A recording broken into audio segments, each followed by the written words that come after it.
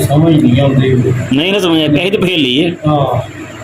या उस्ताद ने हाथी बुझे ही पूजे लेगा ओ जनाब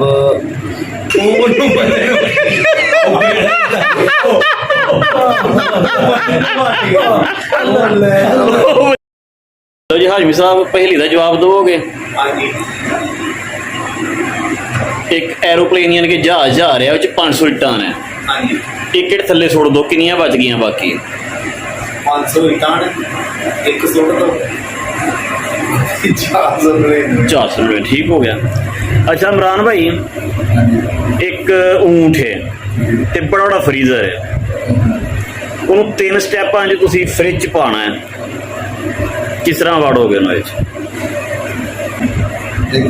दरवाजा खोलिया एक स्टेप हो गया ਉਹਨੂੰ ਅੰਦਰ ਰੱਖਿਆ 2 स्टेप हो गए ਬੰਦ ਕਰ अल्लाह तआला भला करे 3 स्टेप हो गए।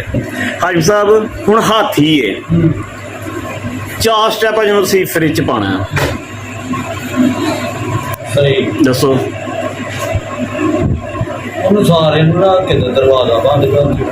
ਨਹੀਂ 4 स्टेपां 'ਚ ना ਚਾਰ ਵਾਰੀ ਦਰਵਾਜ਼ਾ ਖੋਲ ਕਰ नहीं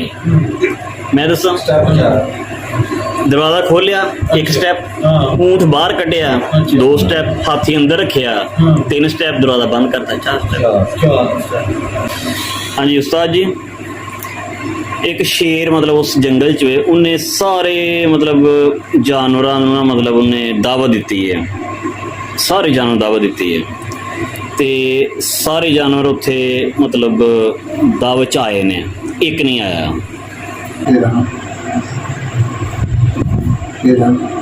हाथी नहीं आया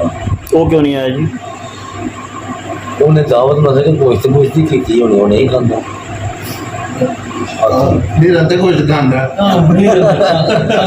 अच्छा हीरन नहीं आया होना वाकई हाथी नहीं आया हाथी वाकई नहीं आया क्योंकि हाथी तो फ्रीजर च पे है ना वो तो गल सही है ये तो कह रहा है ना कि गोश्त नहीं खाता हाँ हीरन नहीं आई होनी यार ऊँट निकल के हाथी नहीं आंदा फ्रीजर च पे वो तो फ्रीजर च वो तो नहीं ना आ सकता ये ना कोई गोश्त ना गल तुहाडी सही है पर तुसी बहाना गलत है। अच्छा अपना हाशमी साहब ये दसो कि एक छप्पड़ियां तालाब है मगरमच्छ ना भरिया पिया ना उत्थे कोई किनारा है ना उत्थे पुल है ना उत्थे कश्ती है किस तरह पार करोगे वो जनाब कोई ऐसी चीज सुटेगा उस पासे तो मगरमच्छ तो टुट जाएंगे वो बंदा उसमें ना भी देगा नहीं यार वो वैसे भी इंसान लांग के पार कर लेगा वो इस वजह से कि सारे जानवर तो शेर दी गए हुए ने ना दावत ते मगरमच्छ भी चाहिए ना अच्छा वो नाल ही है मैं दस्या स्टोरी सारी एक ही है फिर किस तरह पार करेगा जनाब ਵਿੱਚੋਂ ਦੀ ਲੰਘ ਜਾਏਗਾ ਕੋਈ ਵਿੱਚੋਂ ਦੀ ਲੰਘ ਜਾਏਗਾ ਨਹੀਂ ਹੈ वो फिर ही मर गया दिमाग लड़ाओ ना नहीं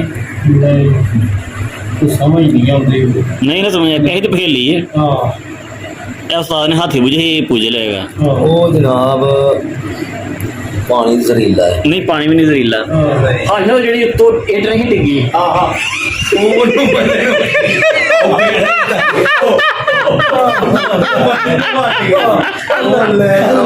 जी की तो तालू